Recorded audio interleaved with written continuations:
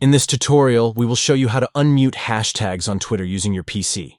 Follow these step-by-step instructions to unmute hashtags and stay updated with the latest conversations. To begin, click on More from the side navigation menu on Twitter. Then, select Settings and Privacy from the options presented. Next, navigate to the Privacy and Safety tab and click on Mute and Block to access the settings related to muting and unmuting content on Twitter. Within the Mute and Block section, locate and click on Muted Words. This is where you can manage the specific hashtags or keywords that you have muted on your Twitter account. Scroll through the list of muted words until you find the hashtag that you'd like to unmute. Click on the hashtag to select it. Finally, click the muted button next to the hashtag you wish to unmute.